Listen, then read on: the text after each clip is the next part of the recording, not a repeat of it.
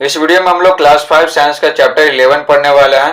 Chapter 11 का नाम है जंतु जगत सुरक्षा और संरक्षण। चैप्टर 1 से लेकर चैप्टर 10 तक का वीडियो पहले ही बना चुके हैं। अगर आप नहीं देखे हैं तो कमेंट बॉक्स में लिंक दे दिए हैं, आप वहां से जाकर वीडियो को देख सकते हैं या फिर आप सीधे प्लेलिस्ट से जाकर उन सारे वीडियोस को देख सकते हैं।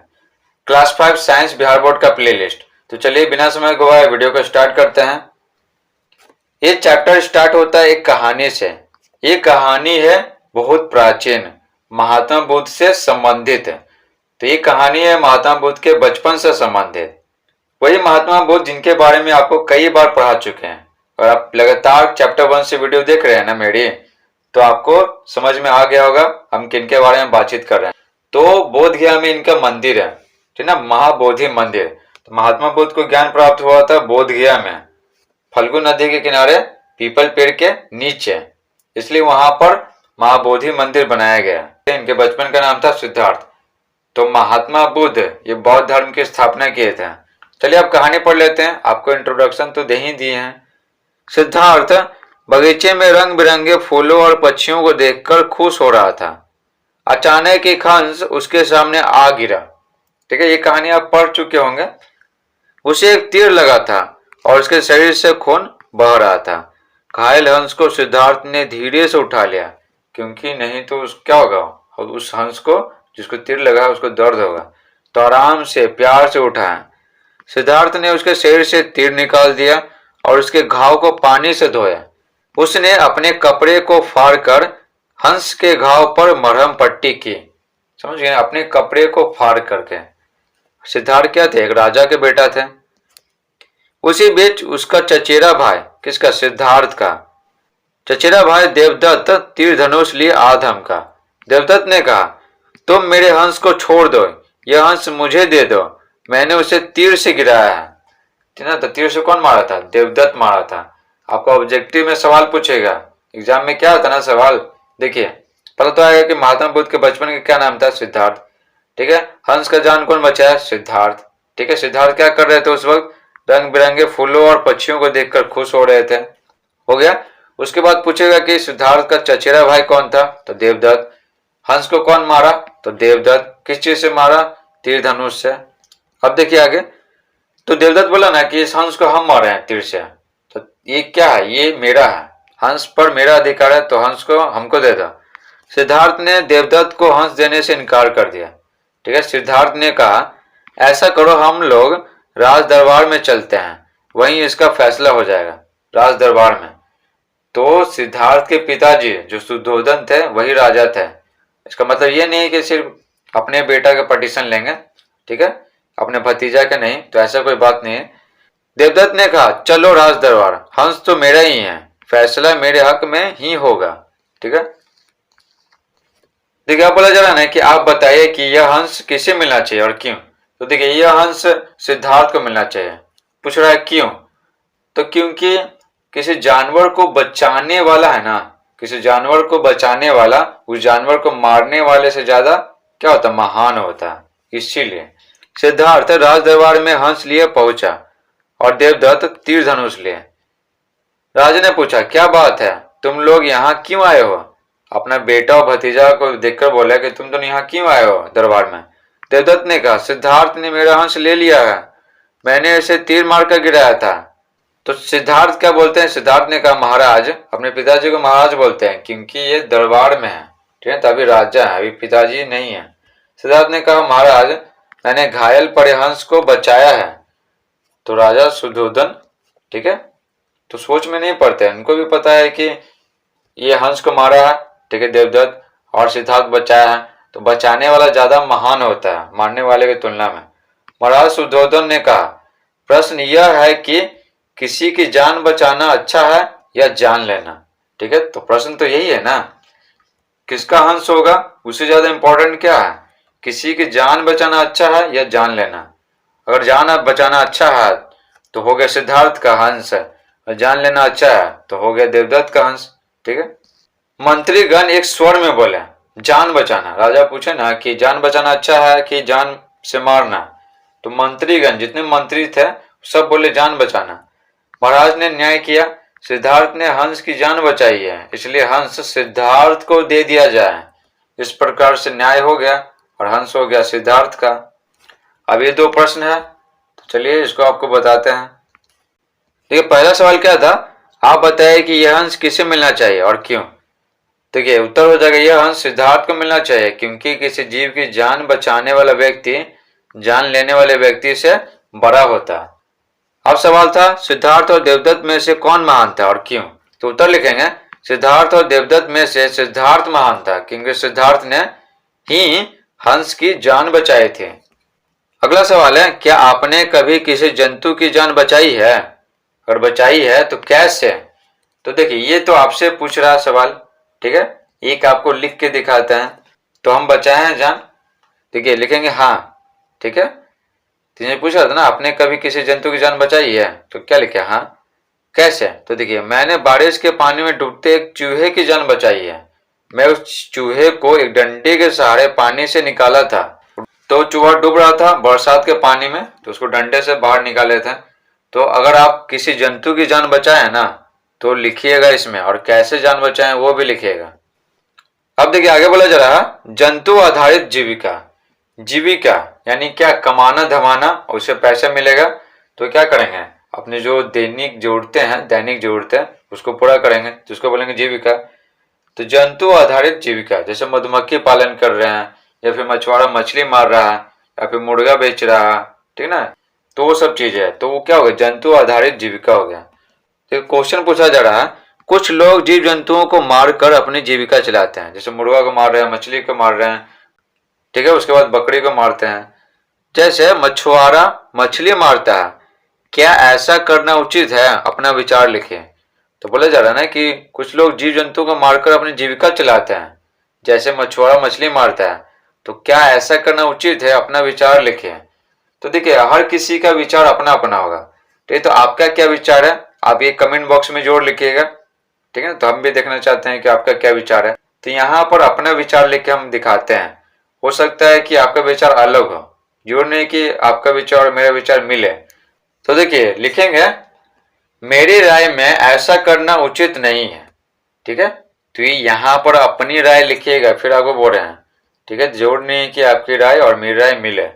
मेरी राय में ऐसा करना उचित नहीं है, क्योंकि मानव के पास खाने के लिए पेड़ पौधे से मिलने वाले ढेर सारे भोज्य पदार्थ हैं, ढेर सारे। बहुत सारे लोगों को पता ही नहीं रहता है कि वेज में कितने प्रकार के खाने बन सकते हैं। बस उनको क्या है, टेस्टी चीज मतलब, ठीक है, मुर्गा मछली और कुछ नहीं। इसलिए सिर्फ जीव के स्वाद के लिए जीवों को मारकर खाना जंगली जीवों जैसी प्रवृत्ति है। जैसे टाइगर है, लायन है, तो सबके पास ऑप्शन नहीं है, भगवान ने उसको बनाई ही है क्या, नॉन वेजिटेरियन, ठीक है, मांसाहारी, तो मांस ही खाएगा। लेकिन व्यक्ति क्या है, व्यक्ति सर्वाहारी है, ठीक है ना, व्यक्ति सर्वाहारी है, मांस भी खाता है और पेड़ पौधों से मिलने वाली चीजें भी खाता है ना, फल सब्जी सब।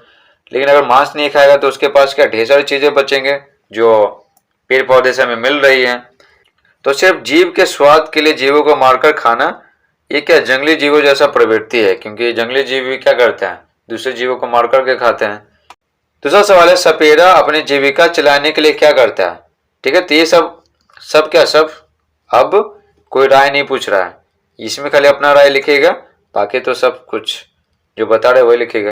सपेरा अपनी जीविका चलाने के लिए क्या करता है, देखिए सपेरा अपनी जीविका चलाने के लिए सांपों को पकड़ता है, और यहाँ पर रुकेगा थोड़ी, और लोगों का मनोरंजन करने के लिए उसे खेल करवाता है, ठीक ना, सपेरा।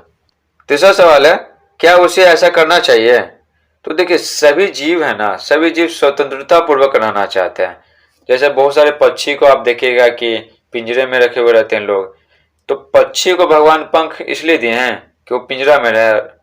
तो ये सवाल देखिए बहुत ही कॉम्प्लिकेटेड है, ठीक है, बहुत ही कॉम्प्लिकेटेड, तो ध्यान से समझिएगा। बहुत सारे व्यक्ति क्या होते हैं, पक्षियों को रखते हैं पिंजरा में, बहुत सारे जीवों को वो पालतू बनाकर रखते हैं सिर्फ अपने फायदे के लिए।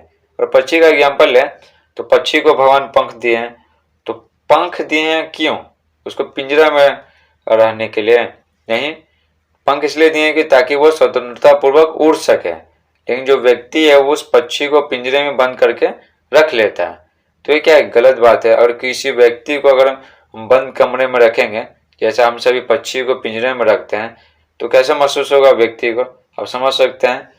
तो इसीलिए सभी जीवों का ना, सभी जीवों का अधिकार है अपने जीवन जीने का, स्वतंत्रता पूर्वक रहने का, ठीक है। लेकिन आदमी क्या, सबका स्वतंत्रता छीन लेता है सिर्फ अपने मनोरंजन के लिए, जो उसको अच्छा लगता है, जो पक्षी, ठीक है, उसको कैद कर लेता है, लेकिन ये नहीं सोचता है कि उस पक्षी को क्या दर्द होगा। तो देखिए, क्या उसे ऐसा करना चाहिए सपेरा को कि सांप पकड़ लिया फिर उसका पाला, ठीक है, और जितना वो स्वतंत्रता था उसका सब छीन लिया। देखिए, उसे ऐसा नहीं करना चाहिए, क्योंकि सांप मेढक और दूसरे जीवों को खाकर पर्यावरण को संतुलित रखता है। बहुत सारे लोग क्या करते हैं, सांप को देखते ही मार देते हैं, लेकिन सभी सांप जहरीले नहीं होते। वो क्या करते हैं ना, हमारे पर्यावरण को संतुलित रखते हैं। अगर मान लेते हैं सांप को हम मार दिए हैं, या फिर किसी गांव में सांप नहीं है, मान लेते हैं कि सब सांप मर गया, ठीक है, मान लेते हैं, तो उस गांव में क्या होगा, चूहों की संख्या बहुत बढ़ जाएगा और मेढकों की संख्या बहुत बढ़ जाएगा, ठीक है। तो इस प्रकार से क्या, पर्यावरण असंतुलित हो जाएगा। तो सांप हमारी मदद करते हैं पर्यावरण को संतुलित रखने में, ठीक है। तो सांप का क्या महत्व है, हमने देखा कि सपेरा सांप को पालकर अपनी जीविका चलाता है। क्या आप भी किसी पशु पक्षी को पालते हैं, उसका रख रखाव कैसे करते हैं? तो बोला जा रहा है कि आप किसी पशु पक्षी को पालते हैं, तो आप में से हो सकता है कोई कुत्ता पाले हुए हो, ठीक है, गाय पाले हुए, भैंस पाले हुए हो, बैल पाले हुए, घोड़ा पाले हुए, इस तरह से, ठीक है। और पक्षी में तोता पाले हुए हो सकता है कोई, और भी पक्षी को पाले हुए हो सकता है। तो आप अपने बारे में लिखिएगा, यहाँ पर आपको एक लिख के दिखाते हैं। तो देखिए, तोता पाले हुए हैं, हम नहीं पाले हुए हैं, ठीक है, मेरे परिवार वाले पाले हुए हैं। तो हाँ, मैं तोता को पालता हूँ। यहाँ बोल रहा था क्या, किसी पशु या पक्षी को पालते हैं, तो बस एक ही को लिखेगा। तो लिखेंगे हाँ, मैं तोता को पालता हूँ। उसका रख रखाव बोल रहा था कैसे करते हैं, तो लिखेंगे उसका रख रखाव हम अपने घर के सदस्य की तरह करते हैं। उसको रहने के लिए आवास, समय पर भोजन पानी आदि देते हैं तथा आवश्यकता की अन्य चीजों को भी समय के अनुसार उपलब्ध कराते हैं। इस प्रकार से उसका देखभाल रखते हैं बिल्कुल अच्छी तरीके से। एक आगे बोला जा रहा है, जिन जंतुओं को पाला जाता है उनकी सूची बनाइए, ठीक है। जिन जंतुओं को पाला जाता है, तो लिखेंगे पालतू जंतुओं की सूची निम्नलिखित है, ठीक है, नी अधम और न, ठीक है, निम्न और फिर क्या है, लिखित है। तो आंसर लिखेंगे पालतू जंतुओं की सूची निम्नलिखित है, कुत्ता, बिल्ली, गाय, भैंस, बैल, बकरी, सुअर, गधा, घोड़ा, खरगोश, भेड़ आदि, ठीक है। और भी जीव हो सकते हैं, ठीक है, खच्चर भी हो सकता है, ठीक है, खच्चर भी, तो इसलिए यहाँ पर आदि लिख दिए, ठीक है, कि पालतू जानवर बहुत सारे हैं, उनमें से हम कुछ को लिख दिए हैं, ठीक है, इसलिए आदि लिखना जरूरी है। आगे बोला जा रहा है, जंतुओं को क्यों पाला जाता है? तो जंतुओं को पाला जाता है क्या, अपने फायदे के लिए, ठीक है। मानव क्या है, जंतुओं को पालता है अपने फायदे के लिए। अपने साथियों से चर्चा करके तालिका में जानकारी भरे।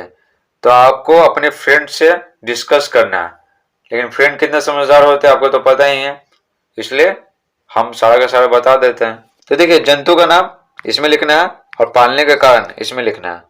क्यों पालते हैं, तो देखिए, गाय भैंस को पालते हैं दूध के लिए, ठीक है, मर जाता है तो इसका चमड़ा ले लेते हैं, लेकिन चमड़ा है ना, उसको प्राप्त करने के लिए हमसे तो काम नहीं करते हैं, मर जाता है तो ठीक है, चमड़ा निकलवाने के लिए दे देते हैं, लेकिन ऐसे पालते हैं किस लिए, दूध के लिए। तो गाय भैंस दूध के लिए पालते हैं। घोड़ा सवारी करने के लिए पालते हैं, तो घोड़ा गाड़ी खींचता है, ठीक है। उसके बाद घोड़ा और घोड़ी, ये सब का इस्तेमाल क्या होता है, घोड़ी का इस्तेमाल होता है शादी ब्याह में।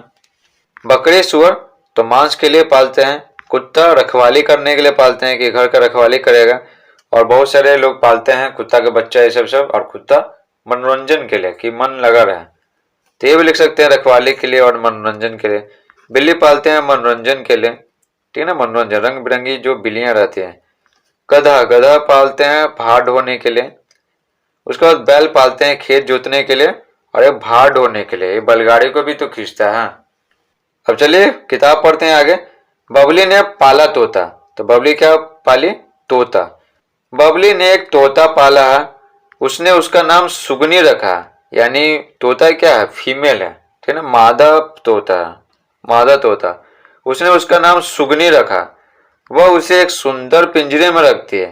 तो सुंदर पिंजरे में रख रहे हैं तो क्या हुआ, है तो पिंजरे में है ना, पिंजरा चाहे सोना का हो चाहे चांदी का हो, लेकिन उसको तो स्वतंत्रता मिलेगा नहीं, उसको चाहिए स्वतंत्रता, फ्रीडम, आजादी चाहिए।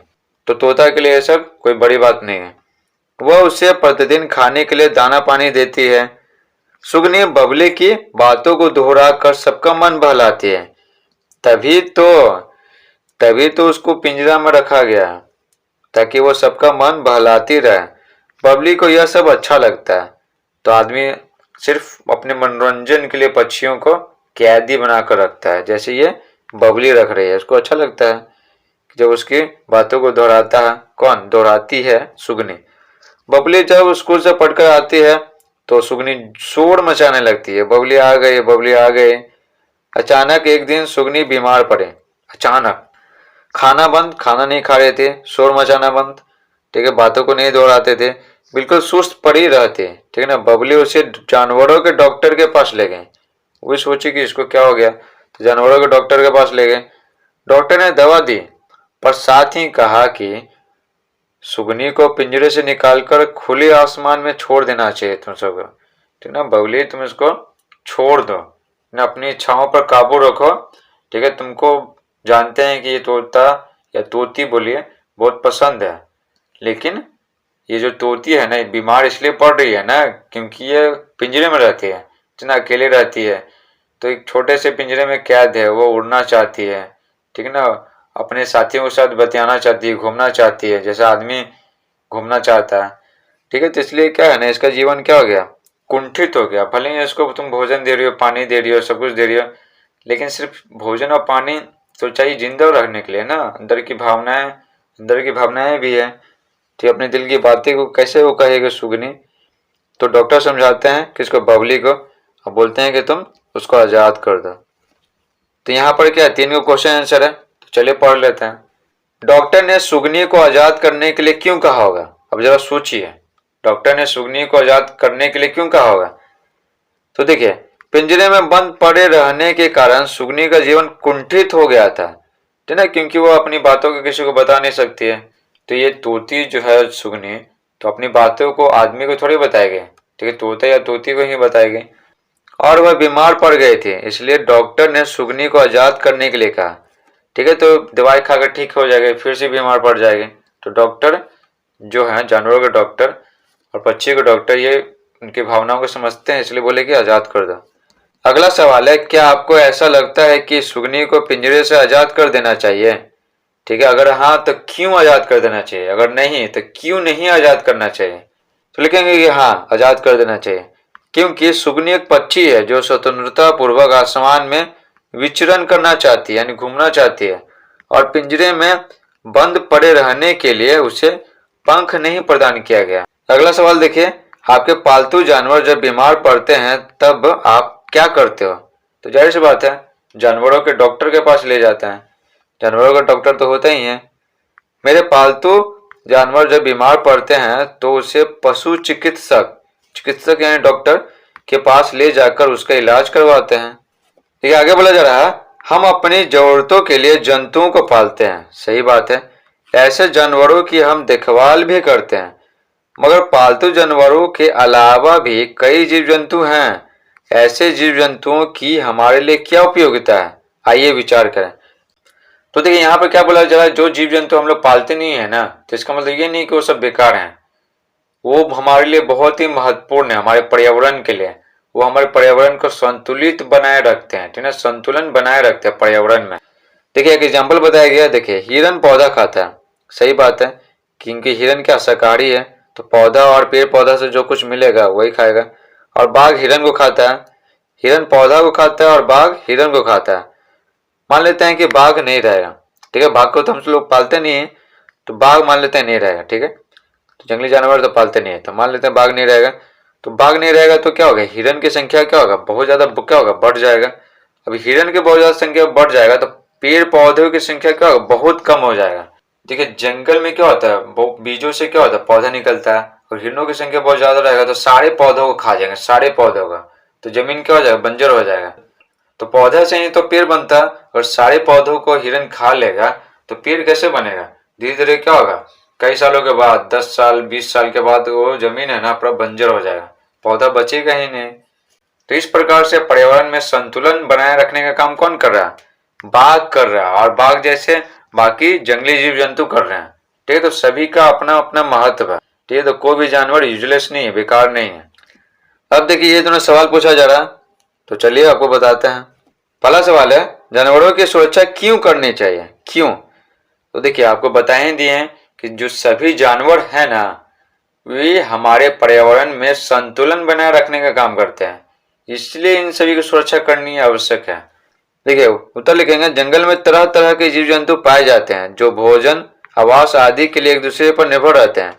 जैसे हिरन किस पर निर्भर है, पेड़ पौधा पे, और हिरन पे कौन निर्भर है, मांसाहारी जीव जैसे बाघ हो गया, शेर हो गया, चीता हो गया, ये सब।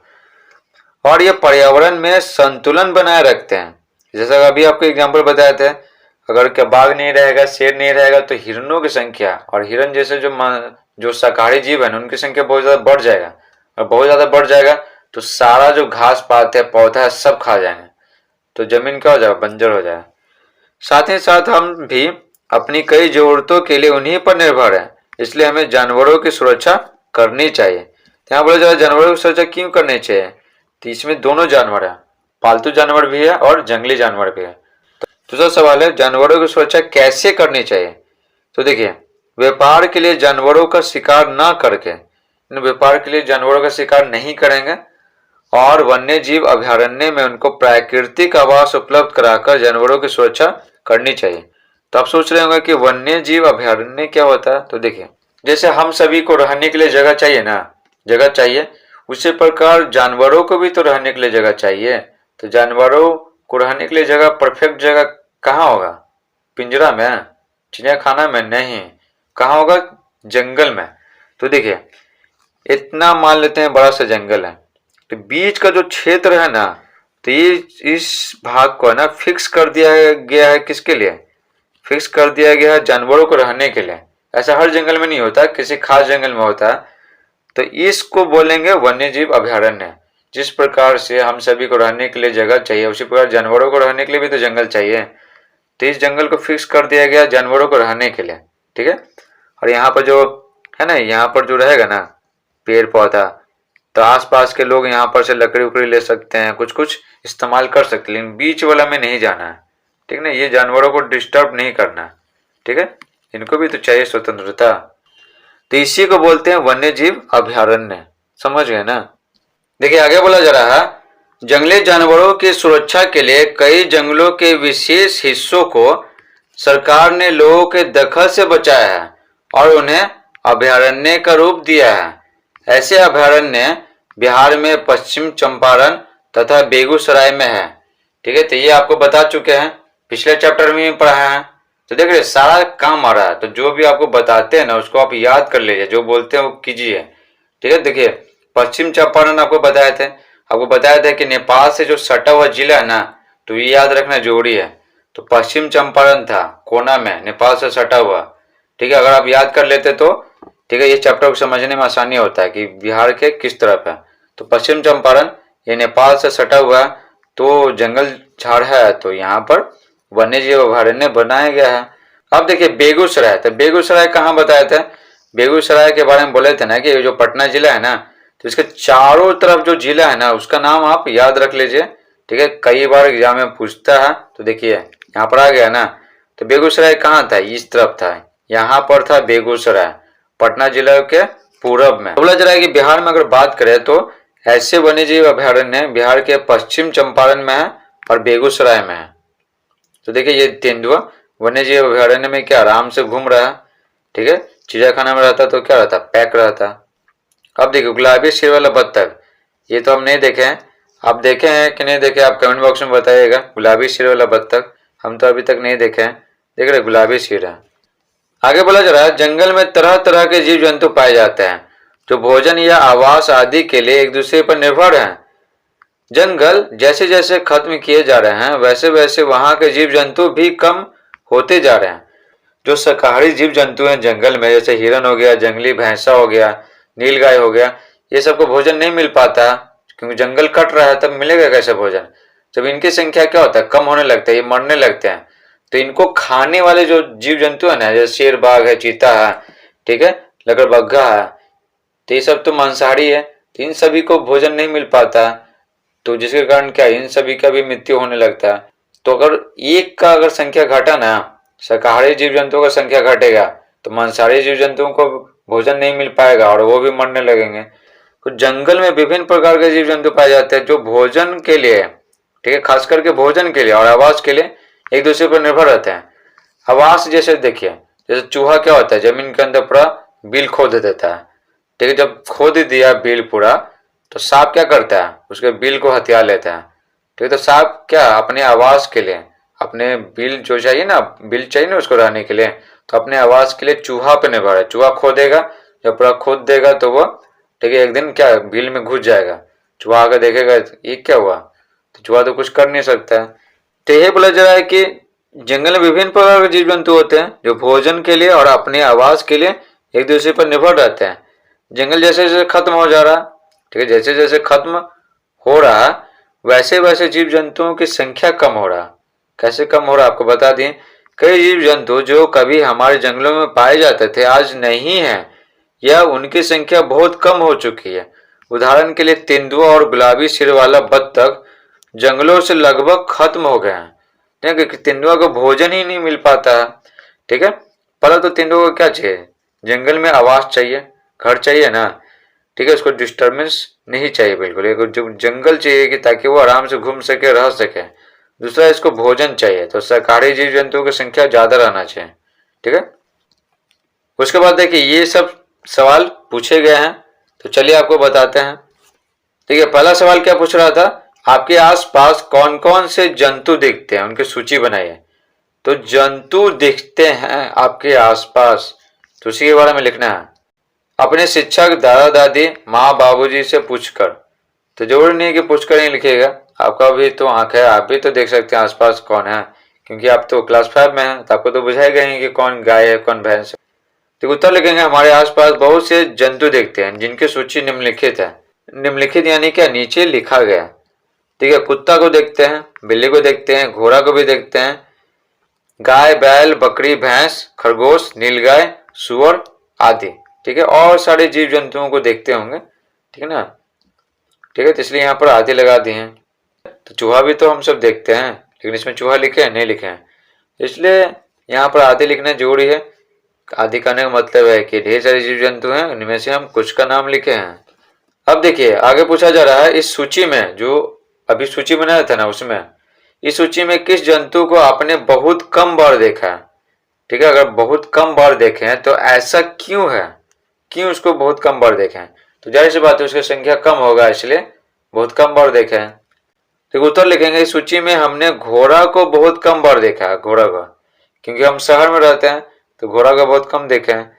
क्योंकि मेरे मोहल्ले में सिर्फ 2 व्यक्ति ही घोड़ी पाले हुए हैं, घोड़ी पाले हुए हैं, यहाँ पर घोड़ी भी आप लिख सकते हैं, ठीक है। तो घोड़ी नहीं लिखते हैं, क्या लिखते हैं, घोड़ा लिखते हैं, ठीक है ना, नॉर्मल सेंस में, लेकिन यहाँ पर आपको बताना ही पड़ेगा कि क्या देखें। तो 2 व्यक्ति ही घोड़ी पाले हुए हैं जो शादी ब्याह वाले कार्यों में लगे हुए हैं। तो शादी ब्याह में घोड़ी का काम आता है, तो उस पर क्या होता है, दूल्हा बैठता है। तो ये जो पूरा क्षेत्र है, तो मान लेते हैं कि यहाँ पर, ठीक है, मेरा घर है, ठीक है। तो आसपास क्या बस 2 ही गो है पाले हुए हैं, तो जाहिर सी बात है बहुत कम बार देखेंगे। अगला सवाल है, ऐसे जानवरों के लिए आप क्या करना चाहेंगे, यानी ऐसे जानवर, घोड़ा या घोड़ी जो भी है, तो उनकी संख्या को बढ़ाने के लिए आप क्या करना चाहेंगे। तो देखिए आंसर लिखेंगे, ऐसे जानवरों की प्रजाति को बचाने के लिए हम यथासंभव संरक्षण का प्रयास करें, जो भी अपने हाथ में वो करेंगे, और लोगों में जागरूकता फैलाएंगे। ये जो जानवर सब हैं, ठीक है, इनकी संख्या बहुत कम हो रहा है, ठीक है, जंगल, क्योंकि जंगल काट रहे हैं तो इनको रहने के लिए जगह नहीं मिल पा रहा है, ठीक है, खाने के लिए जो भोजन चाहिए वो नहीं मिल पा रहा है, क्योंकि जिनके इसके कारण क्या है, इनकी संख्या बहुत घट गया। तो लोगों में क्या करेंगे, जागरूकता फैलाएंगे। सरकार जो इन सब जानवरों के लिए वन्य जीव अभयारण्य बनाई है, ठीक है, जंगल में जो बीच वाला जो भाग है उसको फिक्स कर दी है जानवरों के लिए, ठीक है, हर जंगल में नहीं, किसी किसी खास जंगल में, इसलिए इसको बोलते हैं वन्य जीव अभयारण्य। तो उससे लोगों को परिचित करवाएंगे। क्यों परिचित करवाएंगे, ताकि जीवों को बचाने के लिए समाज में सकारात्मकता फैले। बहुत सारे लोगों को पता ही नहीं है कि जंगली जानवरों के लिए सरकार क्या क्या काम कर रही है, बहुत सारे लोगों को नहीं पता है। अपने आसपास बहुत सारे को पूछ करके देख सकते हैं, तो बहुत सारे लोगों को पता नहीं है, हम उन सभी को बताएंगे तो उनमें क्या जागरूकता फैलेगा और उनको भी जब मौका मिलेगा जंगली जानवरों को बचाने का तो भी बचाएंगे। ठीक है, अगला सवाल है, जरा सोचिए, ठीक ना, सोचिए अगर धरती से सारे जानवर खत्म हो गए तो क्या होगा। तोता लिखेंगे, अगर धरती से सारे जानवर खत्म हो गए तो हमारा पर्यावरण असंतुलित हो जाएगा और मानव के भौतिक जरूरतों जैसे दूध, ऊन, चमड़ा आदि की पूर्ति नहीं हो पाएगी। ठीक है, तो पूरा पर्यावरण में क्या होगा, असंतुलन पैदा हो जाएगा, असंतुलन। ठीक है, जैसे तैसे। फिर कुछ समय के बाद असंतुलन पैदा होगा तो फिर धीरे धीरे असंतुलन बढ़ता जाएगा और फिर कुछ समय के बाद पूरी सृष्टि ही समाप्त हो जाएगी, जब पूरा सृष्टि समाप्त। ठीक है, आगे बोला जा रहा है, क्या आप जानते हैं, तो देखिए देखते हैं क्या बोला जा रहा है। आपने खेजरली गांव की अमृता की कहानी पढ़ी होगी, हम तो नहीं पढ़े हैं। वह बिश्नोई समुदाय की थी। बिश्नोई समुदाय के लोग परंपरागत रूप से जीव जंतुओं का संरक्षण करते हैं। तो देखिए आपसे पूछेगा ना कि बिश्नोई जो जनजाति है ना वो किस राज्य की है, तो बिश्नोई जनजाति राजस्थान की है। ये एग्जाम में पूछता है, समझे। बिश्नोई का क्या अर्थ होता है, तो बिश्नोई का अर्थ होता है 29। ठीक है, 29। उनके गुरुजी जम्भाजी के कहे अनुसार बिश्नोई लोगों ने 29 बातों को अपनाया जिनमें जीव जंतुओं की देखभाल करना प्रमुख था। ठीक है, तो बिश्नोई जनजाति के जो गुरुजी थे ना जम्भाजी, तो लोगों को क्या बोले, 29 बातों को अपनाने के लिए बोले, तो लोग अपना लिए। उसमें से एक बात क्या था, एक प्रण लिए ना कि हम जीव जंतुओं की देखभाल करेंगे। ये प्रकृति प्रेमी होते हैं, वन तथा वन्य प्राणियों की रक्षा करते करते ये अपनी जान तक दे देते हैं। तो मान लेते हैं कि उस जंगल में शिकारी आया, तो पहले तो बहुत शिकार बहुत ज्यादा होता था, शिकारी आया, बहुत सारे दवाई वाई बनता है, तो जंगली जानवरों को हम सब क्या करते हैं, मार देते हैं अपने फायदे के लिए। तो वो सब जो है ना बिश्नोई जनजाति, ठीक है, तो उन सब शिकारियों से लड़ते लड़ते कि अपनी जान भी गंवा देते हैं, तो जानवरों को बचाने के चक्कर में। और पेड़ पौधे का जो कटाई हो रहा है, पेड़ का जलावन के लिए, और साथ ही साथ के इमारती लकड़ियों का कटाव हो रहा है। ठीक है, तब ना पलंग वलंग बनेगा या फिर इस तरह से, और महंगा सामान बिकता है ना, वो लकड़ी क्या होता है, महंगा बिकता है। तो जोड़ तो नहीं भी रहता है ना, तो लोग क्या करते हैं, उसको काट दे ताकि उसको बेचेंगे तो खूब पैसा मिलेगा। तो वो सबसे लड़ते लड़ते बिश्नोई जनजाति के लोग है ना, ठीक है, अपनी जान तक दे देते हैं, ठीक है, प्रकृति के लिए और जानवरों के लिए। ये जलावन के लिए हरे भरे पेड़ों को काटकर इस्तेमाल में नहीं लाते हैं, सिर्फ सूखे घास या सूखी लकड़ी को जलावन के लिए इस्तेमाल करते हैं। इनके इलाके में कई जानवर जैसे चिंकारा, चिंकारा कहते हैं धारीदार जो हिरन होता है ना उसका, चिंकारा, सांभर तथा काले सांड आजाद घूमते देखे जा सकते हैं। समझे, आजाद घूमते हुए, एकदम फ्री। बिश्नोई लोग जंतुओं का ना शिकार करते हैं और ना करने देते हैं। तो बिश्नोई लोग है ना ये जानवर को नहीं खाते हैं।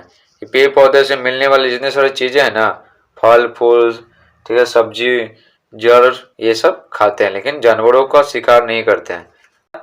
इस प्रकार से पूरा चैप्टर समाप्त होता है। आई होप आपको ये वीडियो समझ में आया होगा। Thanks for watching.